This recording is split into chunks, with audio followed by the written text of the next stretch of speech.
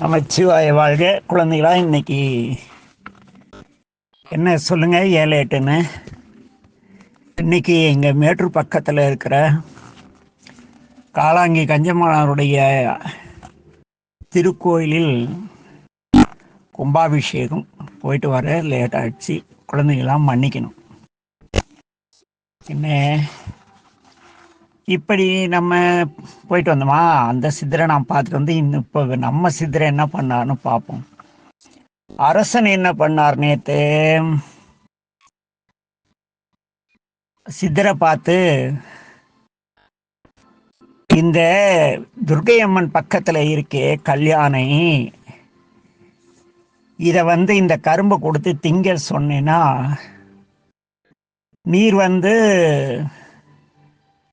நீரே எல்லாம் அல்ல சித்தர் அப்படின்னு நாங்கள் ஏற்றுக்கிறோம், நீ எது கேட்டாலும் தருவேன் அப்படிங்கிறார். அதை கேட்ட நம்ம சித்தர், அரசே, நான் உங்ககிட்ட பெற வேண்டிய பொருள் எதுவும் தேவையில்லை, எனக்கு பொருள் எதுவும் தேவையில்லை, ஆனாலும் நீ ஆசைப்பட்டுட்ட கல்யாணிக்கு கரும்பு கொடுக்கணும்னு, அதை செஞ்சிட்டா போகுது அப்படின்ட்டு அந்த எல்லாமல்ல சித்தர் பக்கத்தில் போனீங்களா, அங்கே ஒரு யானை இருக்கும். சாமி கருவறையில் 8 யானை இருக்குன்னு சொன்னோம் இல்லையா, அதில் ஒரு யானையை பார்த்து சித்தர் அப்படி, யானையை வா கரும்பை தின்னு அப்படின்லாம் சொல்லலை. அப்படி லேசாக நம்மால் ஒரு குறைப்பார்வை பார்ப்பார். நம்ம சாமி இருக்காரே, இவர் குறும் சிரிப்போட அப்படி அப்பாவியாட்டம் அப்படி கடைக்கணும் அப்படி ஒரு பார்வை பார்ப்பார். என்ன, அது ஒரு விசித்திரமான பார்வை. அது என்ன, நம்ம பிள்ளைகள் அப்பா நம்ம ஏதாவது விளையாடிட்டு இருக்குள்ளடே இவங்க அப்பா வராங்கன்னா அப்படியே நின்று, சில பிள்ளைகள் என்ன பண்ணுவாங்க, திரும்பி பார்க்க மாட்டாங்க, அப்படி மெதுவாக கண்ணை ஓரத்தில் கொண்டு போய் பார்ப்பாங்கல்ல. அதுபோல் அந்த கல்யாணியை சாமி பார்த்தார். சித்தருடைய எண்ணத்தை புரிஞ்சிட்ட அந்த கல்யாண வாயில மதம் எச்சில் ஊறுது. உடனே யானை பிளிருக்கிட்டு, எப்படி யானை எப்படி பிளிரும் அப்படி இடி போல பிளிரிட்டு அந்த தும்பி கையை நீட்டி அரசன் கையில் இருந்த கரும்பை வாங்கி வாயில போட்டு நல்லா மெல்லுது. அந்த கரும்பு சாறு வாய் ஓரத்தில், நம்ம பசங்களாம் கரும்பு திங்கிறப்ப வாய் ஓரத்தில் ஒழுவும் இல்லையா, அதுபோல் நல்ல அந்த கரும்பை மென்று ஜாலியாக அந்த யானை தின்னுது. தின்னு முடிச்சதும் சித்தர் மறுபடியும் யானையை பார்த்தார். உடனே யானை என்னன்னு பண்ணிச்சுன்னா, அரசன் கழுத்தில் கண்டமாலைன்னு ஒன்று அணிஞ்சிருப்பாங்க. சைவர்கள் எல்லாருமே கண்டம்னா கழுத்து, கழுத்தில் ஒரு மாலை அணிஞ்சிருப்பாங்க, அதுக்கு கண்டமாலை, கண்டமணின்னு பேர். அவன் கழுத்து இந்த கண்டமணியை இழுத்து பிடிச்சிக்கிச்சு. கழுத்தில் இருக்கிற கயிறை இழுத்து பிடிச்சா என்ன, அவன் கண்டமாலைய ஐயோ என்ன ஆகுதோன்னு நம்ம நினச்ச மாதிரி பாண்டியன் கூட வந்த காவலர்கள்லாம், ஐயோ அரசனை யானை கொல்ல பார்க்குது அப்படின்ட்டு என்ன பண்ணுறாங்க, நேராக இந்த யானை இப்படி பண்ணுறதுக்கு காரணம் இந்த சித்தர் தான், அதனால் இந்த சித்தரை போய் அடிக்கலாம் அப்படின்னு போய் கையில் குச்சி ஈட்டியெல்லாம் தூக்கிட்டு இப்படி ஓங்கினாங்க பாரு. சித்தர் அவங்கள பார்த்தார், பார்த்து சிரிச்சார். என்ன, அவங்க என்ன பண்ணிட்டாங்க, கல்யாணிக்கு உயிர் வந்த மாதிரி இவங்க உயிரோட இருந்த மனுஷங்கெல்லாம் கல்லா போயிட்டாங்க. இதை பார்த்ததும் அரசன் என்ன பண்ணான், ஐயோ நம்ம ஏதோ தப்பு செய்கிறோம் என்ன அப்படின்ட்டு சித்தர் காலில் விழுந்து, சித்தரே என் தப்புக்கெல்லாம் மன்னிச்சிடுங்க, என் பிள்ளையெல்லாம் பொறுத்துடுங்க, நான் உங்ககிட்ட இனிமே எந்த விளையாட்டும் வச்சுக்க மாட்டேன் அப்படின்னு அவருடைய காலில் விழுந்து வணங்கி கேட்கலாம். விழுந்ததும் சித்தர் என்ன பண்ணார், மனம் இறங்கி, பாண்டிய மன்னா உனக்கு வேண்டிய வரத்தை கேள் அப்படின்னார். பாண்டியன் என்ன பண்ணான்? அவருக்கு குழந்தைங்க இல்லை. அதனால தனக்கு குழந்தைகள் பிறக்குமாறு அருளுங்கள்னு வேண்டினார். சித்தர் என்ன பண்ணார்? சரி மன்னா, உனக்கு நல்ல வாரிசுகள் உருவாகும். அவை சைவ நெறியிலே அறவழி வாழ்க்கை வாழ்ந்து எல்லோருக்கும் ஞானத்தை தருவார்கள், நல்ல அரசராக விளங்குவார்கள், ஆசீர்வாதம் அப்படின்னார். உடனே அரசருக்கு ஆசி கூறிட்டு அப்படியே யானையை பார்த்தார். அந்த யானை என்ன பண்ணுது? தன்னுடைய தும்பிக்கையை நீட்டி அவ கழுத்துல இந்த முத்து மாலை கண்டமணி முத்துல கட்டியிருந்தான், அதை பிடுங்கி அது வச்சிருந்தது இல்லையா, அதை எடுத்து அரசன்கிட்ட கொடுத்தது. உடனே சித்தர் காணாம போயிட்டாரு. யானை மாதிரி கல்லாயிடுச்சு. இதையெல்லாம் கண்டு எப்படி இருக்கும்? திடீர்னு நான் உங்களுக்கு கதை சொல்லிட்டு இருக்கேன் கண்ணு. ஒருவேளை நம்மளை சித்தர்னு வச்சு, நீங்களாம் பாண்டியன் மக்கள்னு வச்சுங்க. திடீர்னு கதை சொல்ல சொல்ல நான் காணாமல் போயிட்டா என்ன பண்ணுவீங்க? ஐயோ, பேன் ஆகிடும்ல, பயந்துருவீங்கள. ஐயோ காணோன்ட்டு. அப்புறம் பயந்து என்ன பண்ணாரு அபிஷேக பாண்டியன்? இந்த சித்தர் விளையாட்டு பூராமே நம்ம சொக்கநாதர் பண்ண திருவிளையாட்டு தான் தெரிஞ்சுக்கிட்டு உடனே கோயில் உள்ள போய் இறைவனை வணங்கி போற்றி, இறைவா அரிய சடைமுடி போற்றி, அருள்பொழியில் செம்முகம் போற்றி, விரை இதழி மலரணி நூல் விளங்கிய மார்பகம் போற்றி, மறுமுயற் பேரழகு வளர் உதரநிலை போற்றி, திருவளர் செந்தமிழ் சொக்கன் திருவடித்தாமரை போற்றி போற்றி அப்படின்ட்டு கண்ணு. அப்புறம் என்ன பண்றாரு? பொய்யனேன் பிழைகள் எல்லாம் பொறுத்திடல் வேண்டும் போற்றி, கையனேன் தன்னை இன்னும் காத்திடல் வேண்டும் போற்றி, மெய்யனே மெய்யருள்ளே மேவிய விளைவே போற்றி, ஐயனே அப்பனே என் அரசனே போற்றி போற்றின்ட்டு விழுந்து வணங்குறார். வணங்கிட்டு அரண்மனைக்கு போயிடாரு. சித்தராக வந்த சோமசுந்தர அருளால அபிஷேக பாண்டியருக்கு ஒரு குழந்தை பிறக்குது, ஆண் குழந்தை. அதற்கு விக்கிரமன் என்று பெயர் சூட்டினார்கள். சூட்டி அந்த குழந்தை வளர்ந்து பெரிய ஆள் ஆயிடுது. பாண்டிய நாட்டை பலகாலம் நல்ல ஆட்சி செய்து சிறப்பாக இருந்த அபிஷேக பாண்டியன் என்ன பண்ணார்? விக்கிரம பாண்டியனுக்கு பட்டம் சூட்டி அரசராக்கிட்டு அவர் இறைவனோடு போய் சேர்ந்துட்டார். இதுல என்ன அதிசயம்னா கண்ணு, இந்த அபிஷேக பாண்டியனுக்கு வாரிசு இல்லை, ஒரு குழந்தைய கொடுக்கணுங்கிறதுக்காக நம்மால சித்தராட்டம் வேஷம் போட்டு ஊர்ல இருக்கிற எல்லாருக்கும் அருளாசி கூறி, குழந்தை இல்லாத குழந்தை, முடவனுக்கு காலு, கண்ணு தெரியாத கண்ணுன்னு எல்லாம் கொடுத்துட்டு என்ன மறைஞ்சு போயிட்டார். நம்ம வீட்டில் யாராவது பெண்களுக்கு, நம்ம அக்காவுக்கு அல்லது சித்திக்கு யாரோ ஒருத்தருக்கு ரொம்ப நாள் குழந்தை இல்லைன்னா நேராக மீனாட்சி அம்மன் கோயிலுக்கு மதுரையில் போய் அங்கே எல்லாம் வல்ல சித்தர்னு நம்ம ஆள் உட்கார்ந்துருப்பார் துர்கை அம்மன் கிட்ட. அவரை வந்து வளம் வந்து, குருநாதா எங்களுக்கு நல்ல குழந்தைகளை கொடு. குழந்தைன்னு கேட்டால் வம்பு, திருட்டு பசங்களை, படிப்பில் படிக்க முடியாத மக்கு பசங்களை கொடுத்தாலும் கொடுத்துருவார். அவரே விளையாடுறவர் தானே. நீ என்ன கேட்ட? குழந்தை தான் கேட்ட, அதனால இந்த குழந்தை வச்சுக்கன்னு ஒரு ரவுடி குழந்தையா பிறந்துரும், இல்லை ஒரு மக்கு குழந்தையா பிறந்துரும். மக்கா? டேய் கையை காட்டாதே, மக்குன்னா தண்ணி ஊற்றிக்கிற மக்கு இல்லடா. உதாரணம் சொல்லிட்டா யாருன்னு? ஏய் கோபி, நம்ம கோபியை வாத்தியெல்லாம் என்னன்னு கூப்பிடுறாங்க. என்ன சொல்லி கொடுத்தாலும் புரிய மாட்டேங்குது, மக்குங்கிறாங்கல்ல. அது மாதிரி குழந்தை கொடுத்தாலும் கொடுத்துருவாரு.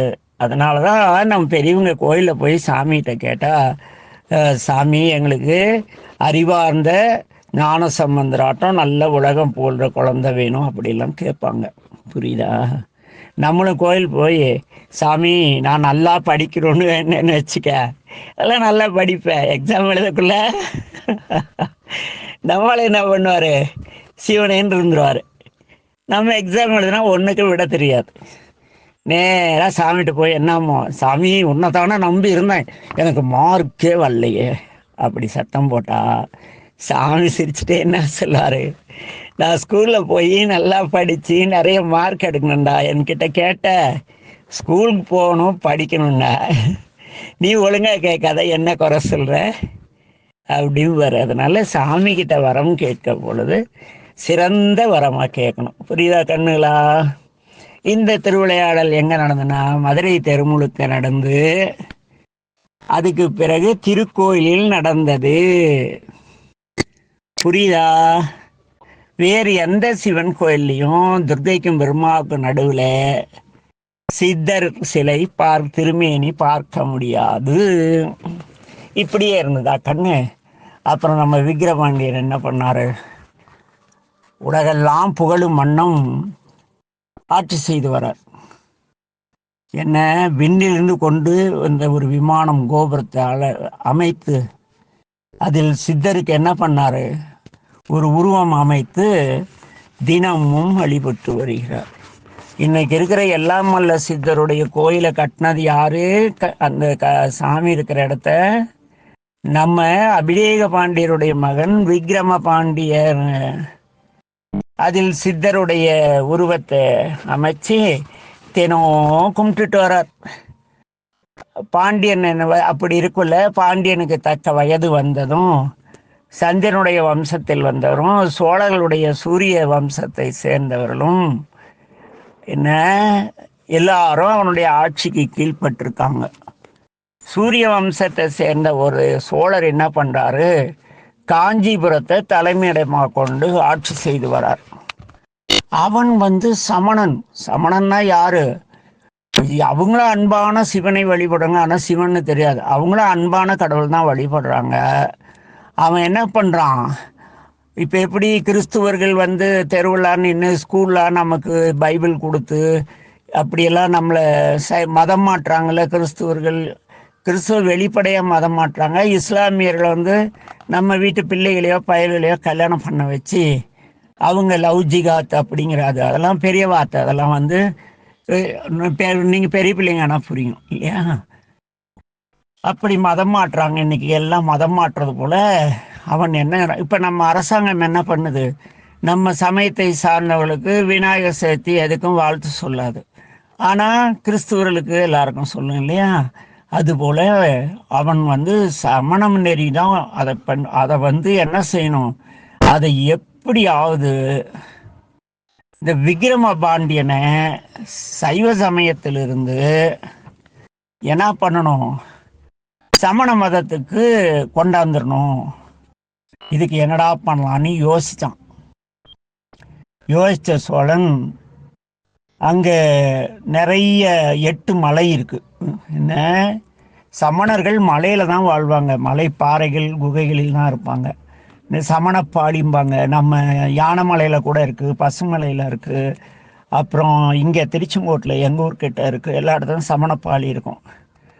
அங்கே அவர் என்ன பண்ணார், இந்த அரசன் அவங்க குரு இருக்காங்கல்ல, எல்லா அரசனும் குரு இருப்பாங்க, சமண அரசனும் குரு இருக்காங்க.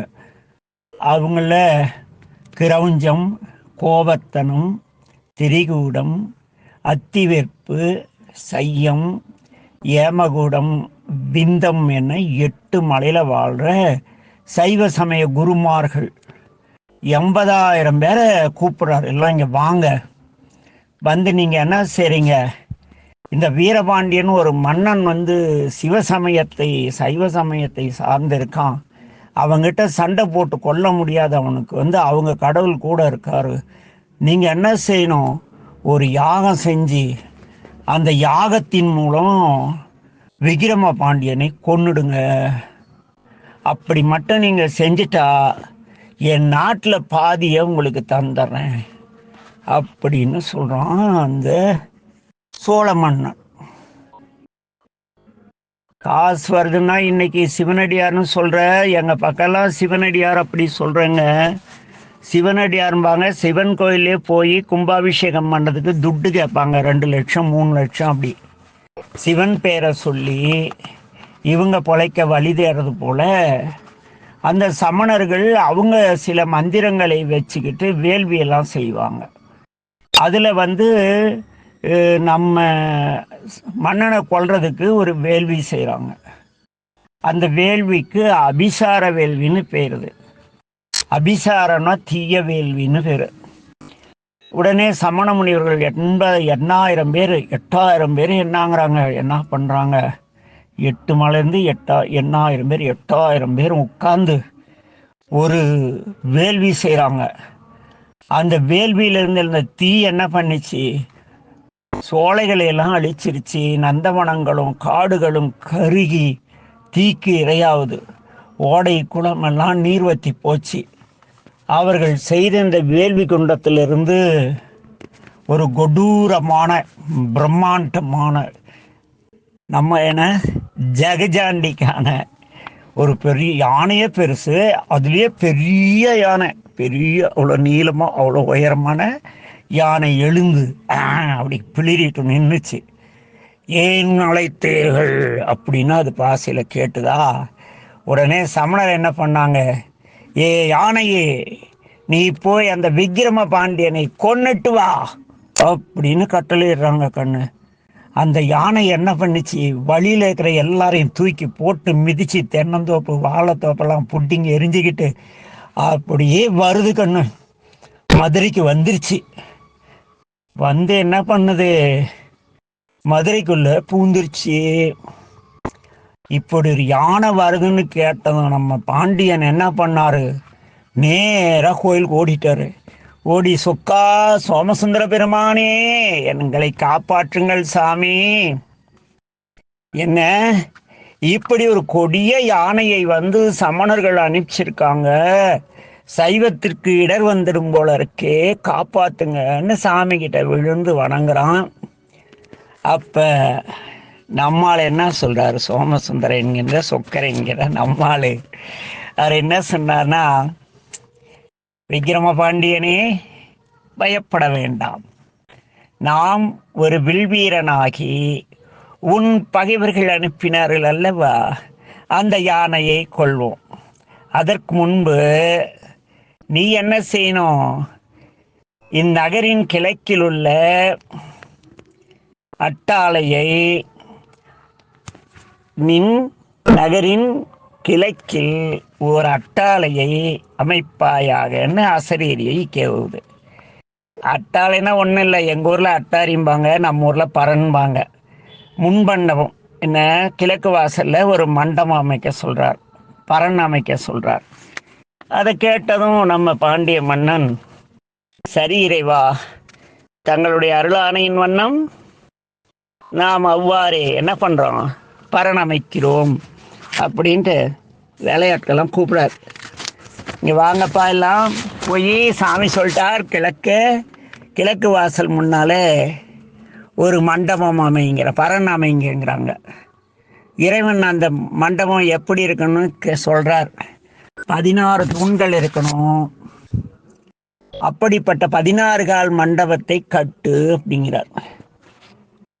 அப்புறம் சோமசுந்தர பெருமான் என்ன பண்ணுறாரு, ஒரு காளை மாடு மேலே ஏறி போகிற ஒரு வேடனாக உருமாறி யானை எதிர்பார்த்த மாதிரி என்ன பண்ணுறாரு, அந்த கிழக்கு வாசல் அமைச்சாங்க இல்லையா 16 கால் மண்டபம், அது மேலே கால் மேலே இருக்க யானை வரட்டும் அந்த யானை பேசிக்கிறேன்ட்டு உட்கார்ந்துட்டு இருக்கார். அப்போ அந்த யானை அப்படி பயங்கரமாக பிளிரிட்டு வருது.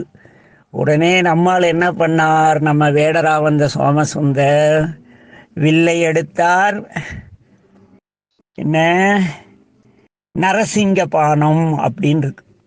அந்த அம்பு எப்படி இருக்குன்னா, அம்மூன்றை நுனி நம்ம நரசிம்ம பெருமாள் இருக்கார் இல்லையா, அது மாதிரி முன்னால் கூரான பகுதி சிங்கம் போலவும் பின்பகுதி அம்பு பகுதி என்ன மாதிரி இருக்கும், மனிதன் போல இருக்கும். அதை எடுத்தார், போய் அந்த யானையை கொல்லுன்னு அம்பை எய்தார். அந்த பானம் விரைவாக சென்று மேகம் இடிச்சா இருக்கும்ல, அப்படி டமால்னு இடிச்சிட்டு வந்த அந்த ஆணையுடைய மண்டைய கிழிச்சு யானை கீழே தள்ளிடுச்சு. யானை இறந்து போனது. சிறுமான் மீதுக்கு தொடுத்த அம்பு நரசிங்க ரூபமாக மாறிடுச்சு.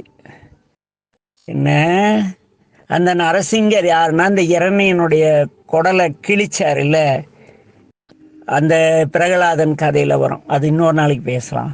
அது மாதிரி நரசிங்க உருவமாக அப்படியே நிற்குது. அந்த நரசிங்கமூர்த்தியை ரோமேச முனிவர் வந்து வணங்கி பெரிய அருள் பெறார். பிரகலாதனும் வந்து வணங்கி தவம் செய்து அழியாத வரம் வாங்குகிறார். பாண்டிய நாட்டு வீரர்கள் யானையுடன் வந்த சமணர்களை ஓட ஓட விரட்டி அடிச்சிட்டாங்க. விக்கிரம பாண்டியன் வில்வீரனின் திருவடிகளை வணங்கி என்ன பண்ணார்? எங்களை காப்பாற்றிய அண்ணலே, தாங்கள் இங்கேயே இருந்தபடி எப்பொழுதும் இருக்க வேண்டும், எங்களை காப்பாற்ற வேண்டும்னு வேண்டார். சிறுமான் அதற்கு சரிப்பா அப்படியே செய்கிறேன்ட்டு அங்கேயே தங்கிறார். பாண்டியன் அவரை வழிபட்டு வரும் நாளில் அந்த விக்கிரம பாண்டியனுக்கு ராஜசேகரன் ஒரு குழந்தை பிறக்குது. அப்புறம் குழந்தை பிறந்தா உடனே பேசுமா என்ன? இப்போதான் குழந்தை பிறந்திருக்கு, சரி குழந்தை இருக்கட்டும். அப்புறம் என்ன நடந்தது அப்படிங்கிறத பார்க்கறதுக்கு முன்னால, சரி இந்த இடம் எங்க இருக்கு அப்படி கேட்டால், யானைமலை ஒத்தக்கடை எந்த திசையிலிருந்து பார்த்தாலும் யானை படுத்திருப்பது போல உணர முடியும். என்ன, யானைமலை இருக்குல்ல கண்ணு, ஒத்தக்கடையில எங்கன்னு பார்த்தாலும் யானை படுத்திருக்கிற மாதிரி நம்ம கண்ணுக்கு தெரியும். அதுக்கு யானைமலைன்னு பேரு. யானை எய்யும் பொழுது வில்வீரனா சோமசுந்தர கடவுள் தொடுத்த அம்பு நரசிங்கரா தோன்றுச்சு இல்லையா, அது சிவரூபமான நரசிங்கமூர்த்தி. வீரபாண்டியன் அந்த நரசிங்க வடிவுக்கு யானை மலையில் ஒரு கோயில் கட்டினார். என்ன, நரசிங்கமூர்த்தியை விக்கிரம பாண்டியன் என்ன பண்றார்னா யானை மலையில் பிரதிஷ்டை செய்து வழிபட்டான்னு பெரும்பெற்ற புலியூர் நம்பியுடைய திருவிளையாடல் கூறுது. ராமநாதபுரம் மாவட்டத்தில் இருக்கிற பார்த்திபனூர் அருகே உள்ள அட்டாளை சாக்கர் கோயில்னு ஒன்று இருக்கு. பார்த்திபனூர்ல அருகே அட்டாளை சாக்கர் கோயில்னு இருக்கு. தற்போது அந்த இடத்தில் நரசிங்கம் என்னும் பெருமாள் கோயில் இருக்கிறது. முடிந்தால் நாமும் சென்று வழிபடுவோம் குழந்தைகளா. வகுப்பு நிறைவு செஞ்சுக்கலாமா கண்ணுகளா? நாளையில இருந்தாவது காலதாமதம் இல்லாமல் வந்து நம்ம பெருமானை பற்றி பேச முயற்சிப்போம். நமச்சிவாய வாழ்க. ஏய் பிள்ளைகளா, நாளைக்கு ஞாயிற்றுக்கிழமை கேள்வி கேட்பேன். அந்த கேள்வி முன்னோட்டம் இப்போ சொல்லிடுறேன். இந்த குழு இருக்கிற முருகேசன் ஐயா அவங்க பெரியவங்கெல்லாம் என்ன பண்ணணும், இந்த கேள்விகளை நாளைக்கு சைவ நன்னீரில் எழுத்து பதிவாக போட்டால் சிறப்பாக இருக்கும். நாம் இதுவரை எத்தனை திருவிளையாடல்களை பார்த்தோம்? கேள்வி 1. முதல் திருவிளையாடல் எது? கேள்வி 2. 3வது திருவிளையாடல் காலத்தில் வாழ்ந்த அரசர் யார்? என்ன, யாருக்காக வைகை நதியை சிவருமான் வரவழைத்தார்? சிம்பிள் கேள்வி. நாளைக்கு பதில் சொல்லுங்க. பரிசு காத்திருக்கு. நமச்சிவாய வாழ்க. எல்லா உயிர்களும் இன்புற்று வாழ்க. திருச்சிற்றம்பலம்.